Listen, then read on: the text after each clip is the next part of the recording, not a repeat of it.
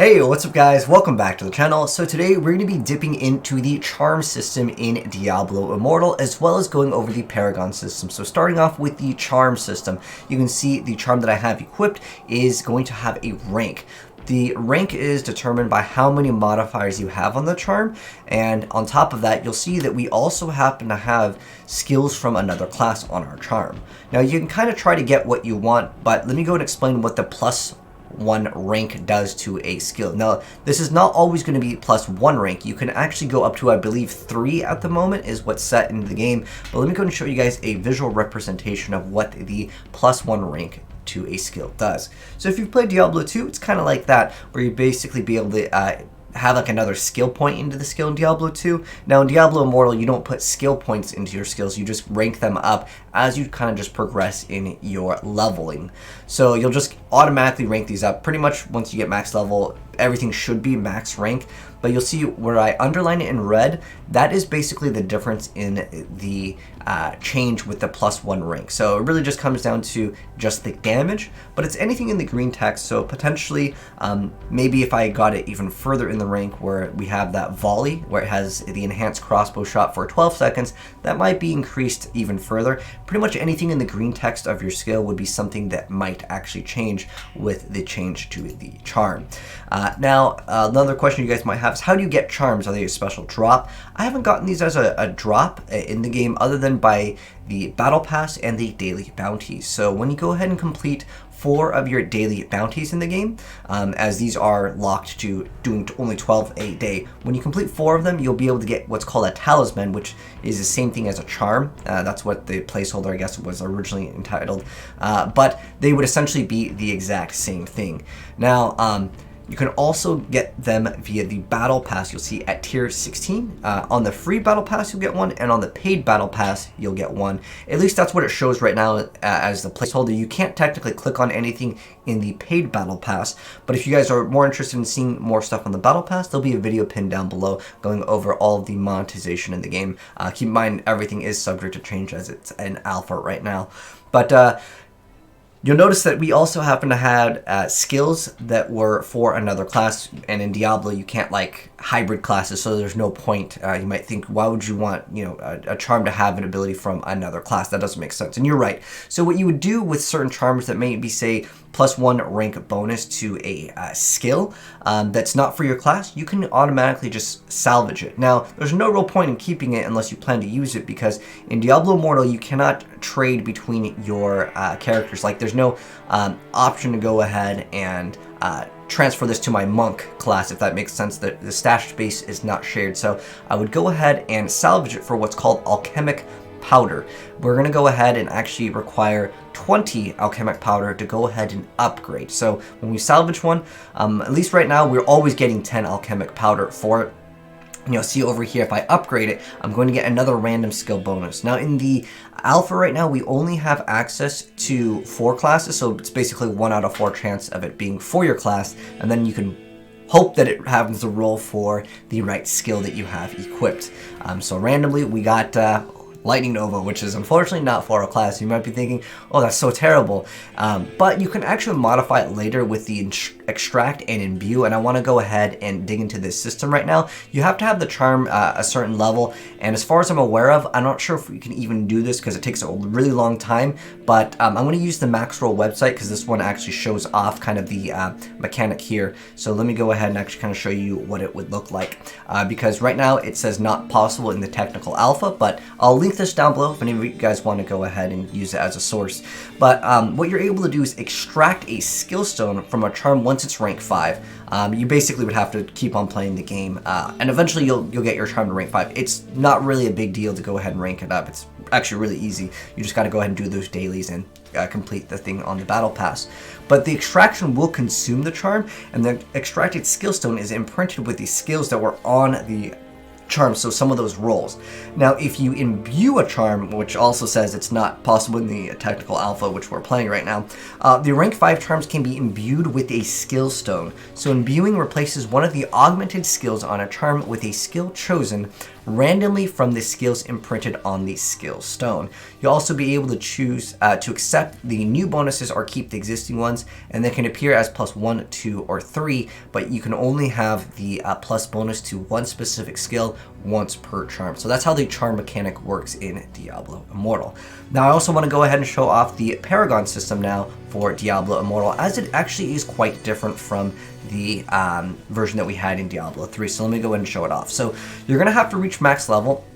And we're once again going to be using the Max Roll website, because in game right now, you're only allowed to basically see so much, because they kind of lock it off. You have to acquire enough Paragon points to even see what you can go into. So in this game, the Paragon system is actually going to be separate skill trees. I also want to mention really quickly that once you go ahead and reach max level, if you make a new character, like in Diablo 3, when you make a new character with your Paragon points, you can immediately start spending those points.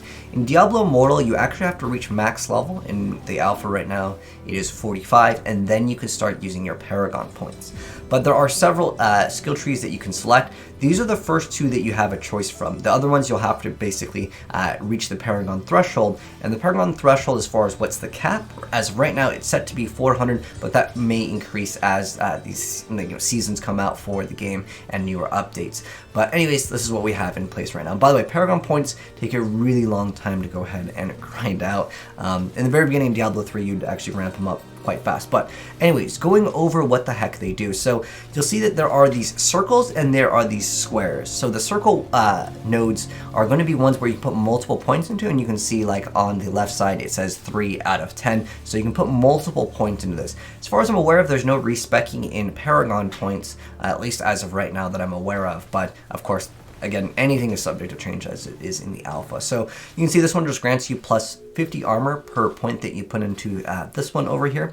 And then the next node over here, and this is for the Survivor. There are two that you can put into the very beginning. There's Survivor, and then there's Vanquisher in the very beginning. And then after you start completing more of those and you get more Paragon points, you'll be able to select the other trees. But these are the two trees in the very beginning. So yeah, Survivor is going to be the first one over here that is in the defensive category. And again, you're just granting yourself some armor.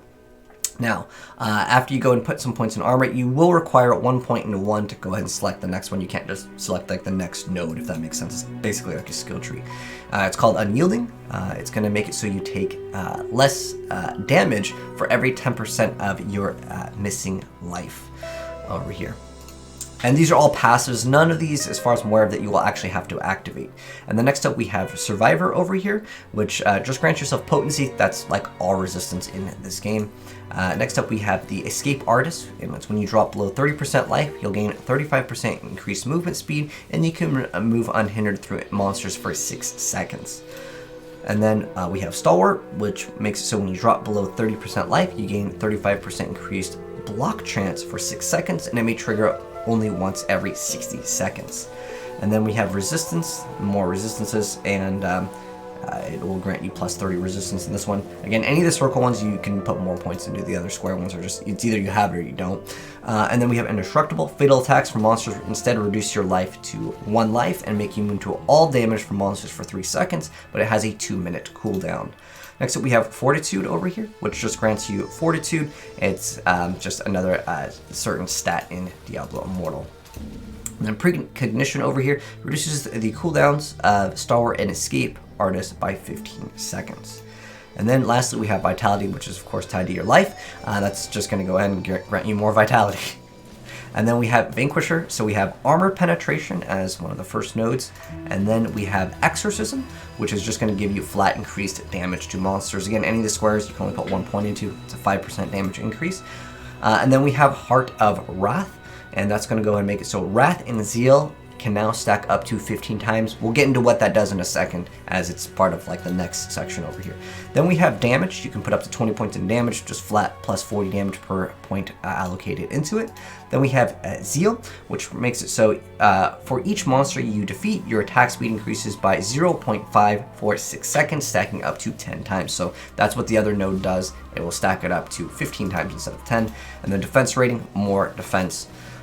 per node. Then we have Judgment over here. After defeating 5 monsters, your next attack is guaranteed to be a critical hit. And then we have Deeper Pockets that grants yourself another inventory row, so more items to go ahead and carry. Then we have Wrath, which makes it so for each monster you defeat, your damage dealt is increased by 0.5 for 6 seconds, stacking up to 10 times, but you can technically go to 15. And then we have the offensive rating over here. So this one over here shows off that you're just getting extra offensive rating. You can put multiple points in that.